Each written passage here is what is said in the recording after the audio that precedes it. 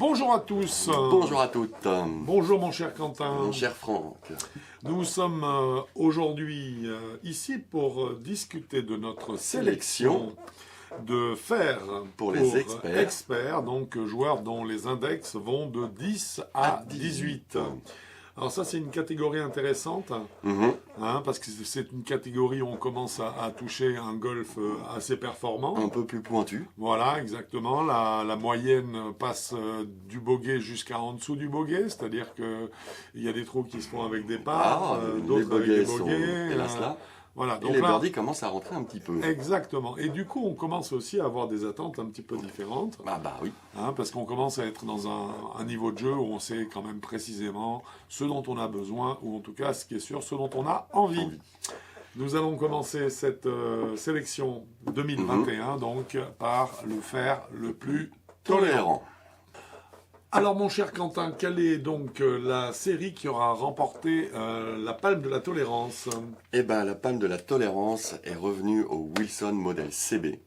Ça, c'est une sacrée surprise. Ça fait un petit moment.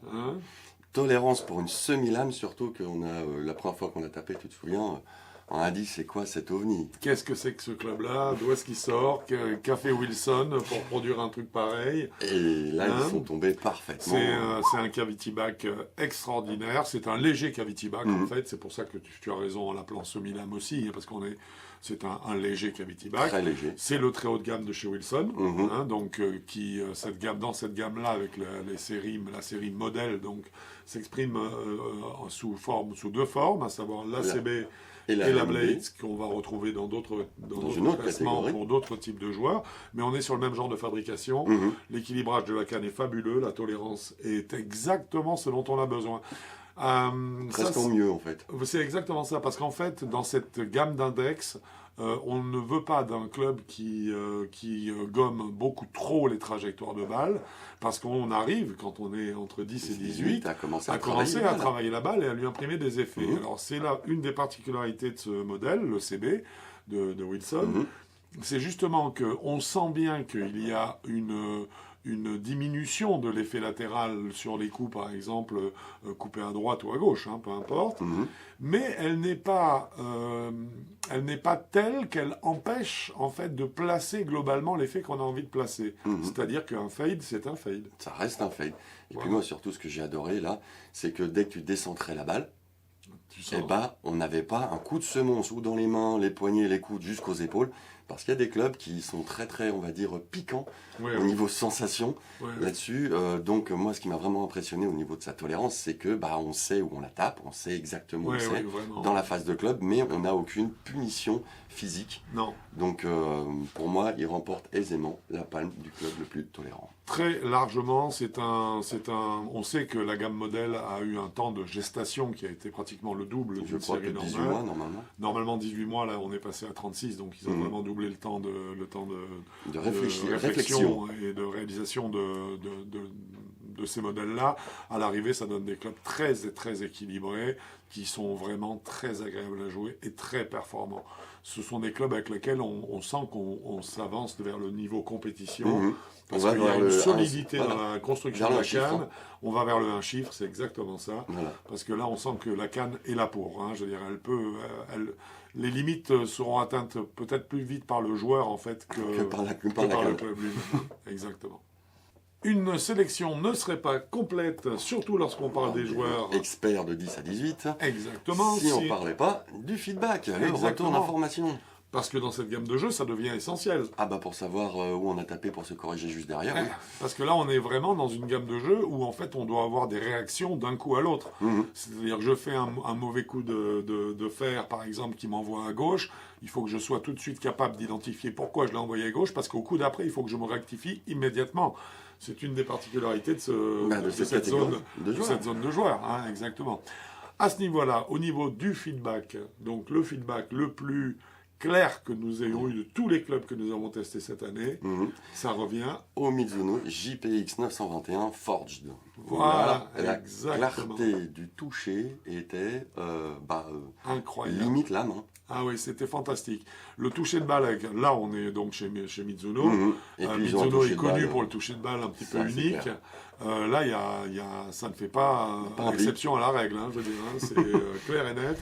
Le toucher de balle est fantastique. Limpide. Vraiment, on a l'impression de jouer une lame, justement du fait de ce contact avec la balle, alors qu'on est en fait sur une fois de plus sur un léger cavity back, une semi-lame. C'est un club qui indéniablement amène un toucher de balle qui est unique, qui est très reconnaissable par rapport à la concurrence, mais qui est surtout d'une lisibilité fantastique. Ouais. Alors, cette fois-ci, il s'agit d'une sélection et d'une palme que nous allons attribuer à un club qui, je dirais, qui est le seul club qui pourra encore avoir cette notation dans cette catégorie, puisque ensuite, ça nous intéressera beaucoup moins, je parle, bien sûr. On parle de la puissance. De la puissance, exactement. Alors, pourquoi c'est important encore la puissance quand on est entre 10 et 18 ? On cherche quand même un peu la distance. Donc à partir de là, si un club nous permet d'aller un petit peu plus loin, ça permet d'utiliser par exemple un fer 8 au lieu d'un fer 7 sur un coup pour attaquer le green. C'est plus facile avec un fer 8 qu'avec un fer 7. Oui, et puis on est encore dans une gamme d'index où en fait il arrive fréquemment qu'il y ait des petites fautes de contact. Et c'est là où un club qui peut quand même, entre guillemets, nous faire parcourir une distance raisonnable devient quand même un atout. Donc il y a encore effectivement dans cette gamme de jeux une recharge de puissance qui explique qu'on attribue une palme à ce facteur-là. Oui. Le vainqueur à ce niveau-là, dis-moi. Le vainqueur, c'est la série de fer Zixio X. Voilà, un modèle qu'on a essayé ce printemps, qui nous a bluffé à la fois par sa puissance, par sa facilité de jeu, donc qui a tout à fait sa place ici. On est exactement dans la gamme, hein, je complètement. trouve. Ah oui, là on est vraiment 10-18, c'est exactement ça. On avait un smash factor avec, on avait un smash factor d'1,40, donc c'est quand même très haut. Pour un fer 7. Hein. Pour un fer 7, alors que on avait vu que la face de club était légèrement fermée, elle est à 29 degrés. Oui, au lieu de normalement c'est 32, 34. Donc voilà, c'est un petit peu fermé, mais c'est lié à la conception complète du club, avec le shaft, le poids dans le haut du shaft, et puis les points de flexion qui sont adaptés, avec la conception de la tête de club aussi. Donc comme ils savaient que les balles allaient se lever un petit peu plus que prévu, ils ont fermé les faces de club.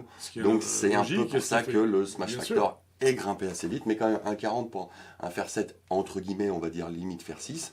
Un 40, ça reste quand même du solide. Non, c'est très très très solide, tout d'abord, hein, puisque c'est un gros smash factor. Non, vraiment, mais ensuite, il y a aussi un autre facteur qui rentre en ligne de compte, c'est qu'en fait, la série de Zixio X est proposée avec des shafts Miyazaki. Soit acier, soit Miyazaki. Voilà. C'est un Nippon shaft ou un Miyazaki.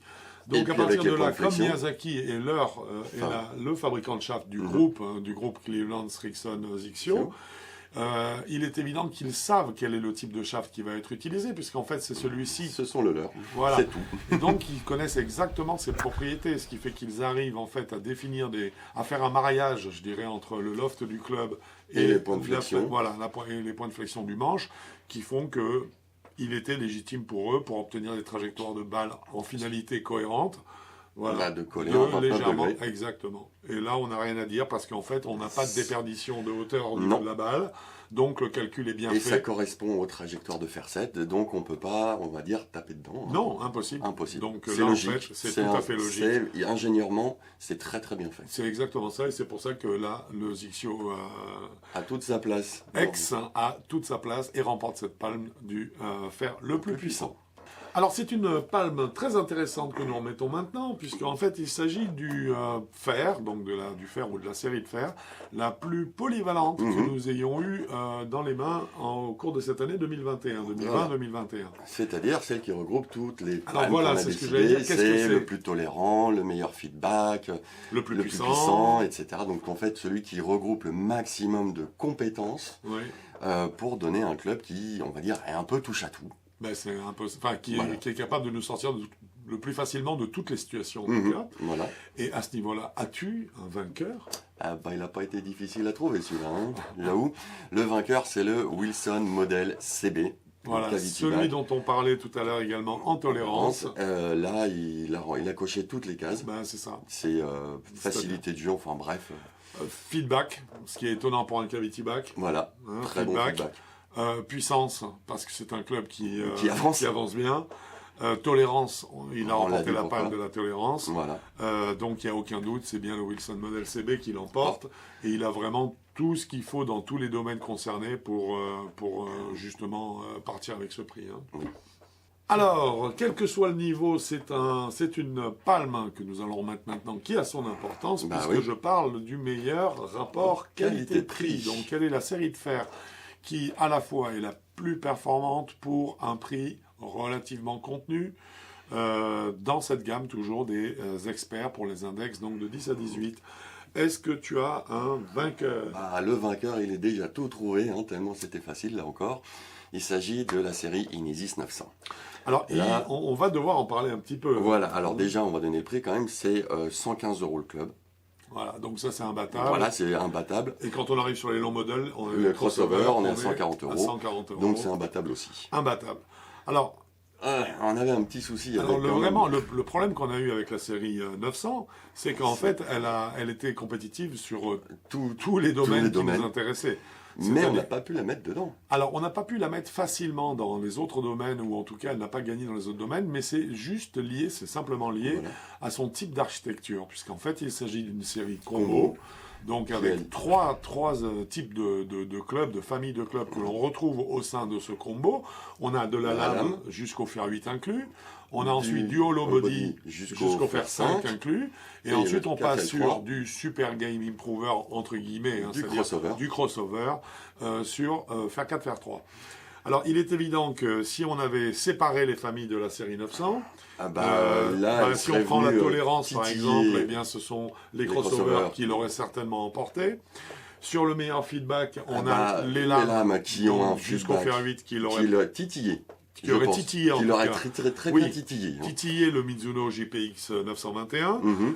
Puissance, on a toute la gamme du fer 7 au fer 3. On a une puissance phénoménale. Et polyvalence, parce que facile par à jouer. définition. Voilà, exactement. Mais bien sûr, s'agissant d'une série combo, donc ça ne pouvait pas rentrer sur une série totale dans ces postes-là. Par contre, en qualité-prix, il est évident, cette série, on a un prix, je crois, qui est de 960 € ou 940 €, enfin 690 €, pardon. Voilà, 690 €. 690 €, à ce prix-là, c'est imbattable. Hein, donc c'est clair. Bah oui. Hein? Et puis cette série nous a vraiment enthousiasmé parce que, je vais juste répéter ce que j'ai dit dans la vidéo du test, c'est que c'était très difficile de faire la différence entre un crossover, entre un swing avec un crossover, un swing avec un hollow body et la lame, de faire la différence au niveau de l'équilibrage. Parce que c'était au petit saut. C'était très bien fait. Donc c'était fait parfait. Donc cette série 900 prend bien cette palme du meilleur rapport qualité-prix, mais vous l'avez compris, si on découpe cette gamme dans les 3 modes d'architecture qu'on y trouve, il est évident qu'elle aurait pu remporter des palmes. Une ou deux de plus, peut-être. Une ou deux de plus, sans aucun problème, je pense. Hein. Oui. Bien, écoute, mon cher Quentin, je pense que nous avons fait le tour de notre sélection pour expert handicap 10-18 pour les clubs de la saison 2020-2021, surtout. Voilà. Hein j'espère que cette vidéo vous a plu, bien sûr. Si vous avez besoin, n'hésitez pas à mettre un petit pouce. Ou bien à vous abonner pour être au courant de toutes nos dernières actualités, nos derniers tests. Voilà. Exactement.